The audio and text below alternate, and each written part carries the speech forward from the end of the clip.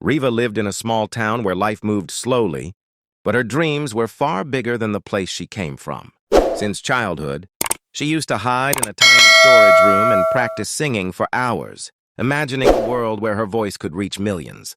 Her parents loved her but were afraid that big dreams often bring big heartbreaks. One day she found an online audition for a major USA talent show and nervously sent her song. Weeks passed, and then one night an email appeared saying she had been selected for the live auditions in New York. Her hands trembled, her heart raced, and tears filled her eyes because for the first time in her life, someone important had seen her talent. Telling her parents was difficult. Her father worried about her safety in a foreign country, and her mother feared the unknown. But they eventually agreed when they saw how strongly she believed in her dream. The night before her flight, she sat on the rooftop under the stars, thinking about everything she was leaving behind and everything she hoped to find ahead. At the airport, her mother fussed over her and cried softly, while her father hugged her tightly and told her she didn't need to become someone else to shine. She already had something special. Walking toward the gate felt heavy, but she knew each step was taking her closer to the life she wanted. As the plane rose into the sky, she watched her hometown shrink into tiny dots of light and felt a mix of fear, excitement, and hope swirling inside her. Looking out at the clouds, she promised herself that no matter how hard the journey became, she would not give up on her dream. That moment in the sky felt like the true beginning of her life, a beginning she had been waiting for since the day she first dared to imagine a bigger world. When Riva landed in New York, the cold air hit her face like a sudden shock, and for a moment she felt completely lost in a giant world she had only seen in movies. Everything moved fast, people rushing, announcements echoing, taxis honking outside, nothing like the slow, predictable streets of her hometown. She dragged her suitcase through the airport, trying to look confident even though her heart felt like it was trembling inside her chest. Outside, the bright city lights were overwhelming. Towering buildings touching the sky, streets packed with strangers, and the constant noise that never seemed to stop.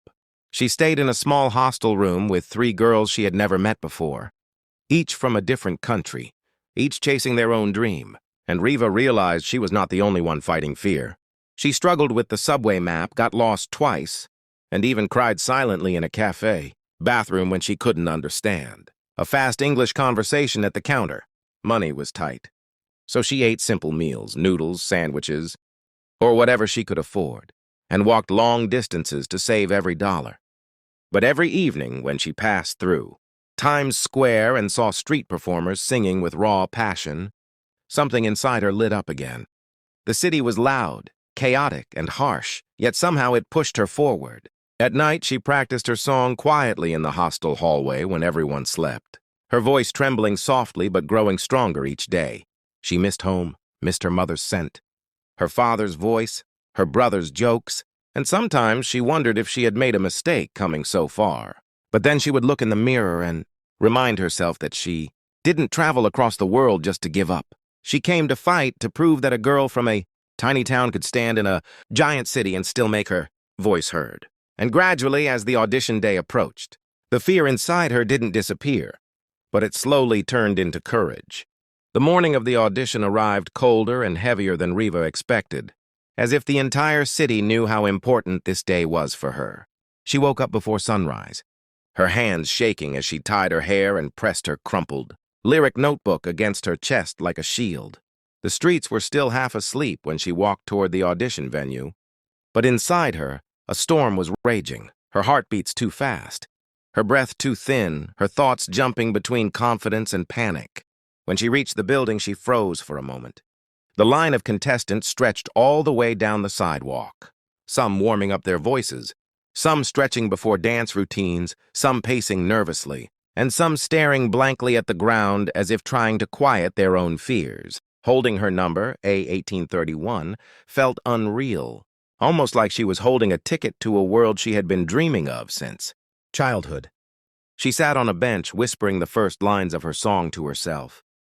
But her throat felt dry, and suddenly every mistake she ever made in practice came rushing back to her mind. Hours passed slowly, painfully, as names were called one after another. Some people walked out with glowing faces, others with red eyes and trembling lips, and each reaction made her heart sink a little more. When her turn finally came, her legs felt like they were made of stone, yet they carried her through the long hallway and into the audition room. 3 judges sat behind a desk, their expressions unreadable, a bright spotlight hitting her face so sharply she couldn't even see the rest of the room clearly. A judge asked her what she would be performing, and she managed to answer with a trembling voice that she would sing an original song about courage. As the music started, her voice shook, breaking in the first line, and for a second she thought she had ruined everything, but then she remembered her mother's teary smile, her father's warm hug, the long nights of practicing alone, and suddenly something inside her steadied. Her voice grew stronger, clearer, carrying every emotion she had buried inside her. The room fell completely silent, the judges watching her with a focus she had never felt from anyone before. When she finished, the silence was so heavy she could hear her own heartbeat, and she stood frozen, afraid to breathe. Then one judge leaned forward and said softly that her performance felt honest and powerful. Another said they loved the rawness in her voice, and the third simply smiled and told her she was going to the next round. Her eyes filled instantly, her knees almost buckled, and as she walked out of the room, she clutched her notebook against her heart, realizing she had just taken the biggest step of her life. The moment Riva stepped outside the audition room with the confirmation that she had passed, the cold air of the hallway felt different, almost lighter, as if the entire building had suddenly become her friend instead of her fear. She walked out of the venue in a daze, her mind replaying the judge's words again and again, and for the first time since she arrived in New York, she allowed herself to smile without holding back. But as the excitement settled, a new kind of pressure began to rise in her chest, the understanding that the next round would be bigger, louder, televised, watched by millions of people, and she had to stand on that stage with the same confidence she barely managed to gather. In a tiny audition room, that night in the hostel, she couldn't sleep. She kept switching between looking at the ceiling, practicing her song in a whisper, and checking the email that officially welcomed her to the next round. Her roommates celebrated with her, but even in their laughter, she felt a tightening in her stomach, because she knew this was no longer just a dream. This was real, demanding, and terrifying. The next few days became a blur of rehearsals, vocal warm-ups, posture corrections, breathing exercises, and long walks through the city as she tried to remind herself why she came so far. She watched videos of past contestants who had stood on that massive stage, imagining herself in their place. But each video also reminded her of how high the level was and how small she felt compared to the world she was stepping into. Money became tighter. She skipped meals to save whatever she could, telling herself she wasn't hungry even when her stomach twisted in protest. Still, she practiced tirelessly in the hostel hallway late at night when everyone else slept, her voice echoing softly against the old walls, her determination growing stronger. Each time she hit a note she once thought she couldn't reach.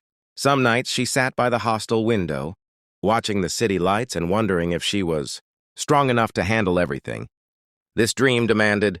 But then she would remember her parents at the airport, her brother's confidence in her, and the girl she used to be who would sing into a cracked phone in a tiny storage room.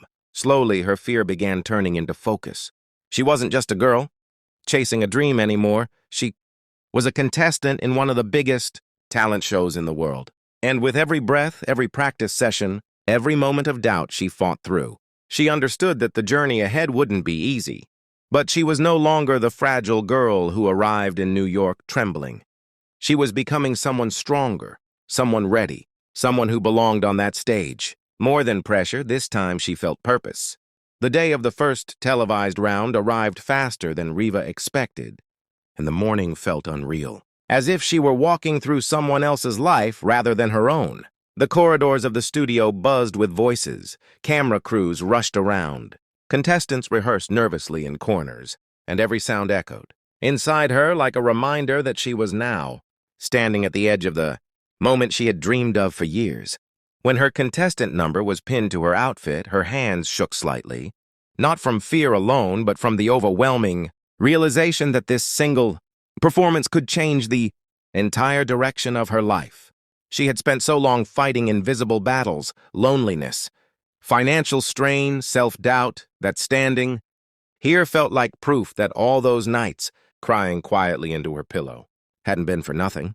Backstage, as the huge LED screens flickered and the audience's murmur vibrated through the floor, she did her breathing exercises the way her teachers back in India had taught her, trying to steady her heartbeat, which seemed determined to race out of her chest. When the stage manager finally called her name, everything inside her went still, not calm, not peaceful, just intensely focused, as though her soul had taken control of her body. The moment she stepped onto the massive stage, the bright lights blurred her vision for a second, and the sight of the huge audience made her legs weaken. But she reminded herself that she hadn't come this far to crumble. She tightened her grip on the microphone, lifted her chin, and looked straight ahead. As the music began, her voice trembled on the first line. But then something shifted.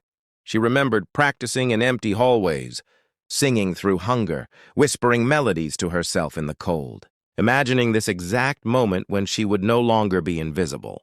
Her voice grew steadier with each note, and she sang not just with technique, but with every memory of struggle that shaped her, every fear she had fought, every dream she dared to believe in. Halfway through the song, the audience fell silent in a way that felt like respect, not pity. And when she finished her last note, the entire hall erupted into applause that hit her like a warm wave, almost knocking the air out of her.